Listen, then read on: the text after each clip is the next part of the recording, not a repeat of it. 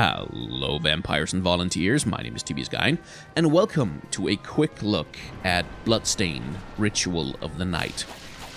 Now, I say a quick look, that's kind of a lie. It's not really been a quick look for me, because I finished the game about an hour and a half ago after spending something like a 14-hour marathon session just playing the hell out of it. I don't usually do that for quick look videos, and I wouldn't have done it this time either, except I needed something to keep me awake for 14 hours so I could turn my sleep cycle around because I've got some travel coming up, and it's just a really good fucking game. Like, it really genuinely... When I first booted it up, when I was looking at the trailers and sort of the promotion for Bloodstained and all the stuff in terms of it was a Kickstarter project, and we'd had that Mighty Number 9 failure from another Japanese, independent that was considered responsible for one of the great games of his genre, and then kind of didn't really manage to follow through on it, and some of the early trailers that looked a little bit janky and stuff. But no, once you're into it, if you have that weird diseased part of your brain that gets immediately addicted to Metroidvania games, then that's gonna happen to you here. You're gonna be immediately addicted to Bloodstained Ritual of the Night because it scratches all of the same itches that a game like Symphony of the Night does. And in fact, it scratches them harder and better than a lot of other Metroidvania games that I've played recently have managed to do. And a lot of that undoubtedly comes down to the influence of Koji Igarashi. Igarashi being one of the main producers of the original Symphony of the Night, Castlevania Symphony of the Night, the reason there's a Vania at the end of the Metroidvania genre name. He quit Konami because Konami is absolutely bloody awful to work for, and decided, they're not going to let me make Castlevania games anymore. Fine, I will just make up another game and call it totally not Castlevania, and then just keep making Castlevania games anyway. And that's what this is. This is very much an Igavania game. It's much more Castlevania than it's Metroid, in its style and approach, in case anyone is wondering. And it has the benefit, like, unlike Symphony of the Night, which was the first of its kind, basically, back in the day, this game has the benefit of 20-30 years of game design history in the Metroidvania genre behind it. Like, people have been doing a lot of work on the genre, and they've made a lot of improvements, they've smoothed out a lot of the rough edges, and this game basically just takes all of that progress and goes, yoink, now that's my progress as well, and incorporates all of those little fixes, those little quality of life changes, which makes the game just a completely... If you've played any other Metroidvania game in the past 10 years, you'll find this completely and utterly seamless. Like, there's really no difficulty in getting into it.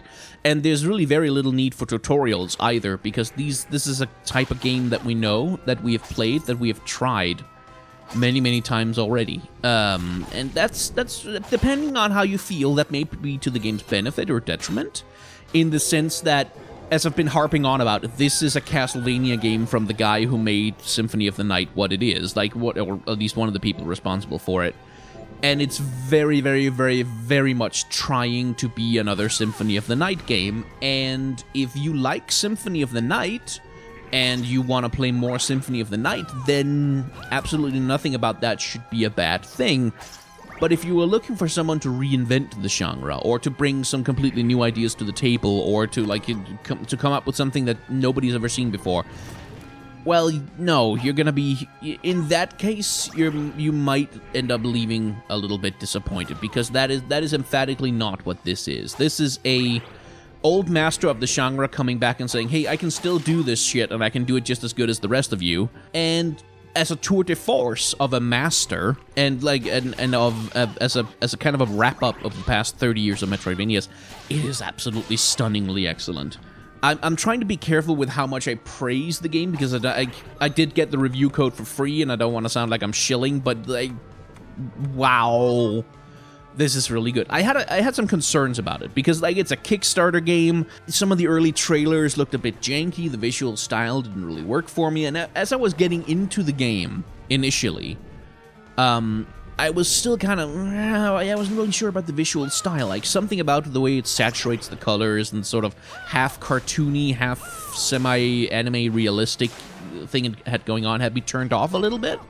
But then I got half an hour into the game, and I did not give a damn. It looked fantastic to me. And there are definitely, especially the early parts of the game, some bits of it don't look maybe quite as polished as they should do, but there's some areas once you get into the main gameplay area in the game that just look absolutely freaking stunning. Like where you can really tell that there's some artists who have worked really hard on making the game look as good as humanly possible on the budget that they had available.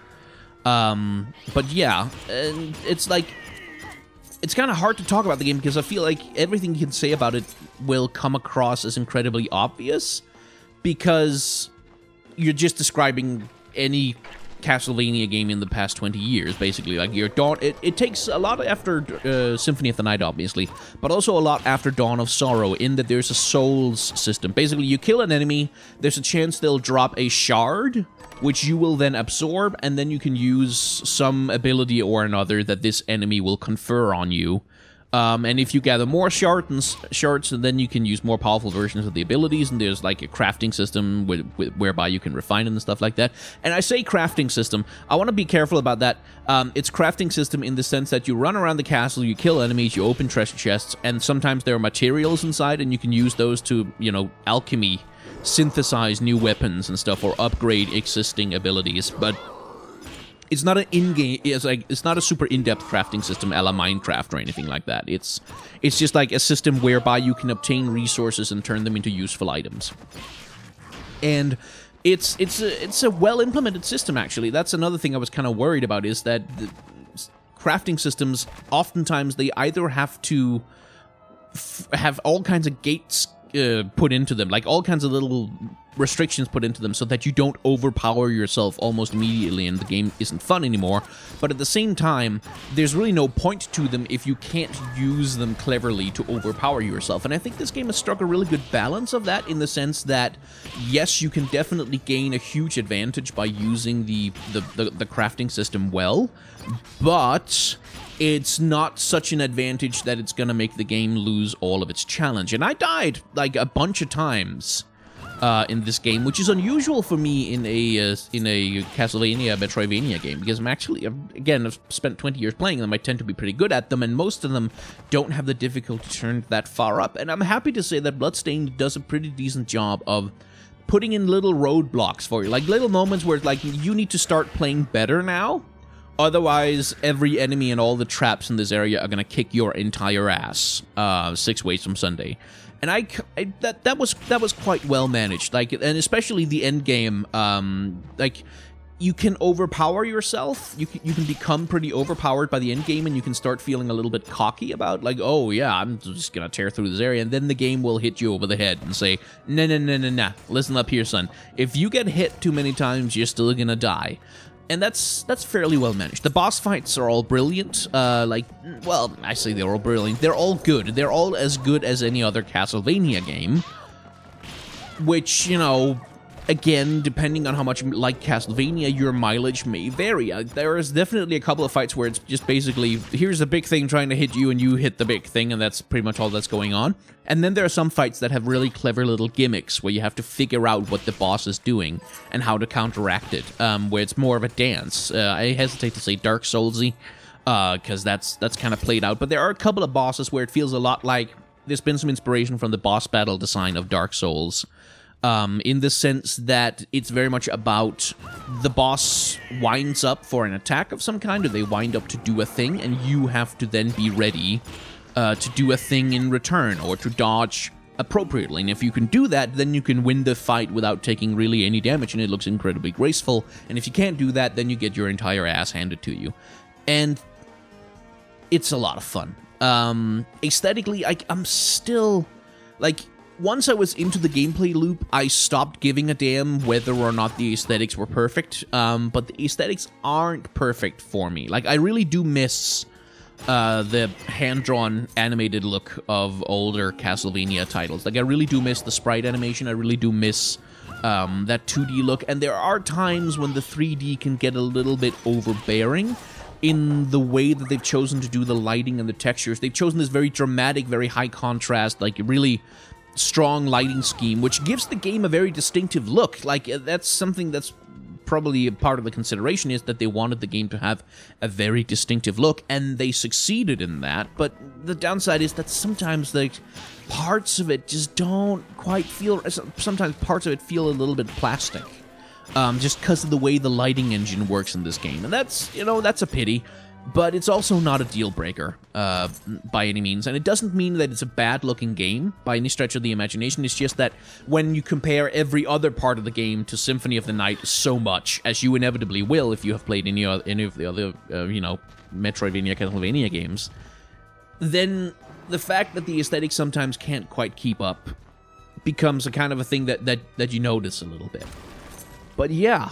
I don't want to get into it too much more because it's a Castlevania game, so literally anything I say could spoil the story. But basically, the bad guy in a castle has a bunch of monsters. Explore the castle, gain abilities, find him, and stop him from doing the bad thing. But oh, wait, maybe there's some more stuff going on behind the surface that you have to explore extra good in order to find out. It's a Castlevania game, and it's really good. Like if Kickstarter is going to be anything, and if we have to live under this, miserable hell philosophy of capitalism, then at least I think we should spend our resources rewarding people who are genuinely putting in the effort and making good stuff.